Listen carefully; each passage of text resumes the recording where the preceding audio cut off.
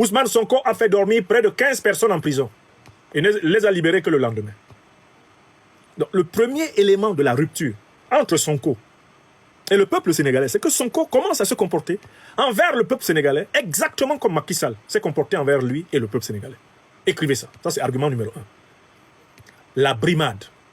Et manifestement, Sonko, c'est systématique. Tous ceux qui le critiquent vont en prison. J'observe qu'avant les 14 qu'ils ont arrêtés lors de la manifestation, il y a eu individuellement des personnes qui ont été mises en prison pour délit d'opinion. Ils ont critiqué Sonko, on les arrête.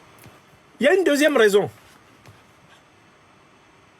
La deuxième raison, c'est le changement de discours entre Diomaye et Sonko opposants et Diomaye et Sonko dirigeants. Ils ont bâti leur campagne électorale sur le thème de la rupture avec la France-Afrique. Et depuis qu'ils gouvernent, ils ont commencé à travailler sur le thème du compromis, de la négociation, du consensus, de l'arrangement avec la France-Afrique. Ça, c'est la deuxième raison. Le chiasme idéologique de Pastef dans l'opposition à Pastef au pouvoir. Il y a une troisième raison pour laquelle, j'ai dit qu'il y en a 4 que je vais citer.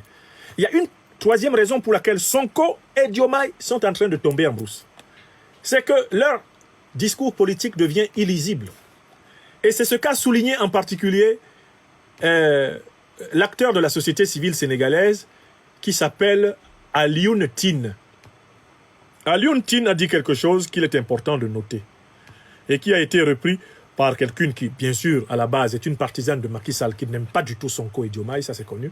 Notre jeune sœur Aganisha qui vit en Suisse. Mais enfin, elle rapporte les propos de Alioune Tine. Alerte sur la mise en place de l'État Pastef et d'un régime autoritaire. Le 24 mars 2024, les Sénégalais ont élu Bassirou Diomaye Faye comme président. Mais selon Alioune Tine, c'est le Premier ministre Ousmane Sonko qui semble véritablement diriger les affaires du pays, créant une confusion des rôles au sommet de l'État. Tine suggère que Sonko aurait été mieux placé comme directeur de cabinet ou secrétaire général de la présidence pour éviter cette ambiguïté. Il critique aussi l'inaccessibilité et le confinement du président Faye au palais et met en garde contre un régime de plus en plus autoritaire, désigné comme l'État Pastef, qui rejette toute critique et instille la peur parmi les citoyens. Fin de citation. Ce qui est intéressant dans ce que dit Alioune Tine, c'est que ça correspond à ce que j'avais prédit. J'avais dit que la France-Afrique préparait une peau de banane à Diomaye et Sonko. La peau de banane entre Diomaye et Sonko, c'est que leurs adversaires vont tout faire pour les diviser, pour les opposer. Et précisément parce qu'ils seront divisés et opposés, leur régime sera facile à frapper.